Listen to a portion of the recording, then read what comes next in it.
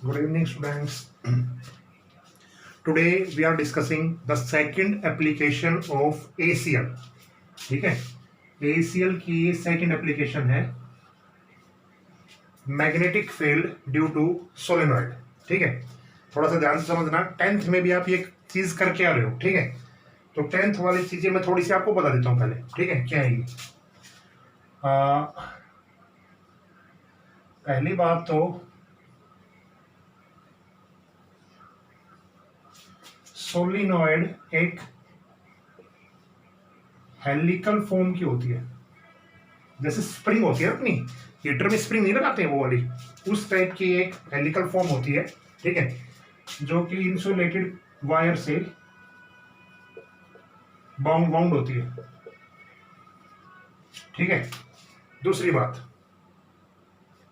इसकी जो लेंथ है, ठीक है, वो बहुत लार्ज होती है as compare to its diameter.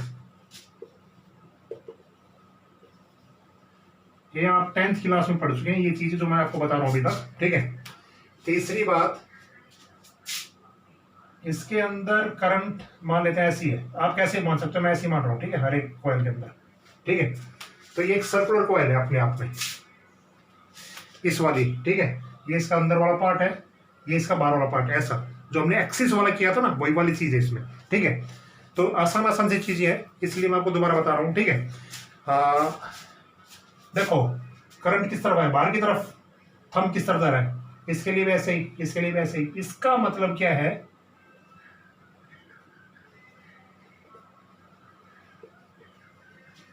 इसके लिए जो मैग्नेटिक फील्ड आप देखेंगे इनसाइड में,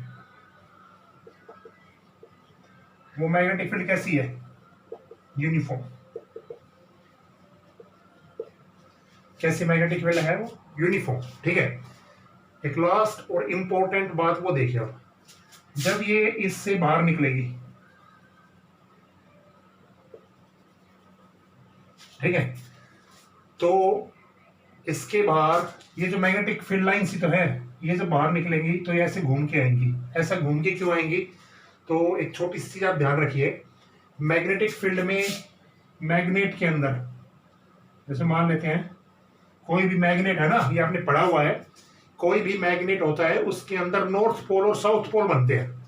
ठीक है, तो नॉर्थ से लेके साउथ तक तो सारी फील्ड लाइन कैसे चलती है? Outside the magnet. ठीक है, और साउथ से लेके नॉर्थ पोल तक सारी मैग्नेटिक फील्ड लाइन कैसे चलती है? Inside the magnet. ठीक है, बाकी ये 3rd चैप्टर में आएगा भी अपने पास, लेकिन ये 10th की चीजें हैं. वैसे भी आपको पता होनी चाहिए इतनी चीजें तो, कि नॉर्थ से तो मैग्नेटिक फील्ड लाइन बाहर की तरफ चलेंगी और साउथ से अंदर की तरफ. अब इसमें देखो आप, इसमें जो सारी मैग्नेटिक फील्ड लाइंस है वो कैसे चल रही है? इनसाइड में कैसे चल रही है? तो इसका मतलब ये तो कौन सा पोल होगा? साउथ. और ये पोल कौन सा होगा? नॉर्थ. ठीक है, मैग्नेटिक फील्ड लाइन बाहर से चल रही है, तो नॉर्थ से बाहर से आ रही है, कहां पे जा रही है? दोबारा साउथ पे. कहां पे जा रही है? दोबारा साउथ पे. ठीक है, इसका मतलब जो सोलेनॉइड होता है behaves as a bar magnet.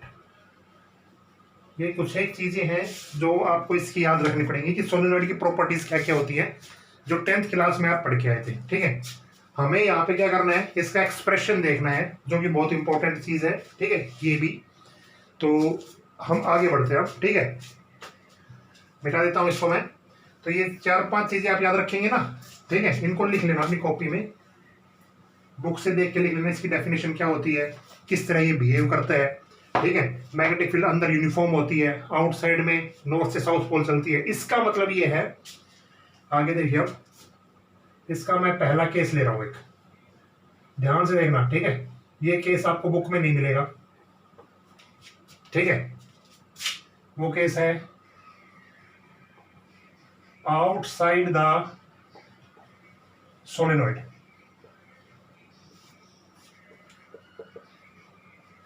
Outside the solenoid मतलब क्या है? कि magnetic field outside the solenoid कितनी रहेगी? देखिए, और इस सोलेनॉइड को मैं मान रहा हूं इनफाइनाइट सोलेनॉइड. कैसा मान रहा हूं, इनफाइनाइट। ठीक है, ये थोड़े से वर्ड्स हैं जो आपको बुक में शायद ना मिले। ठीक है, लेकिन ये चीज समझना बहुत जरूरी है। क्यों? क्योंकि ये अपने एक्सप्रेशन में काम आएगा। एक्सप्रेशन में वहां पे लिख देते हैं कि अज्यूमिंग द कंडीशन वगैरह वगैरह, वो कंडीशन में पहले आपको बता रहा हूं। ठीक है, फिर अगला टॉपिक जब हम एक्सप्रेशन करेंगे ना पूरा इनसाइड वाला, आपके सिलेबस में इनसाइड वाला, इसका कोई काम नहीं है वैसे। ठीक है, तो लेकिन ये समझना बहुत जरूरी है, आपको पता चलना चाहिए कि भाई आखिर ऐसी चीज हो क्यों रही है। देखो, मान लेते हैं कोई सोलिड हमने लिया इस तरह,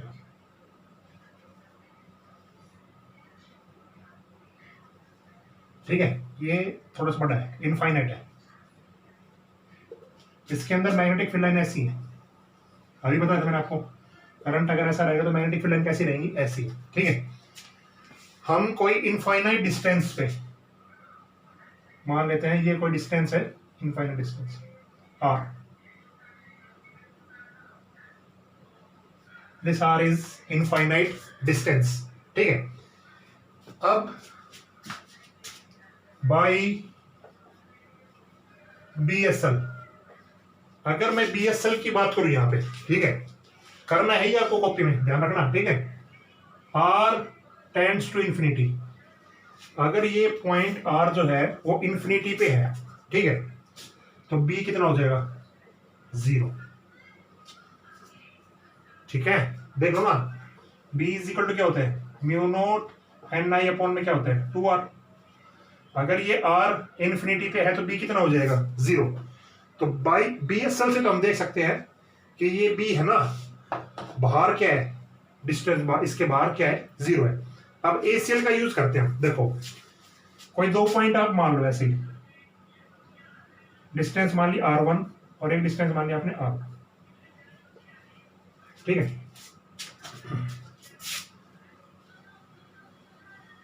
ठीक है, सबसे पहला काम गॉस लॉ में जो हम काम करते थे ना, वही काम हम यहां पे करेंगे।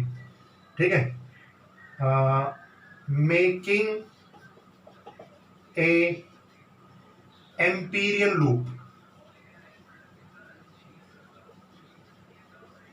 सबसे पहले हम क्या बनाएंगे, एक एम्पीरियल लूप। ठीक है, and this loop is rectangular in shape,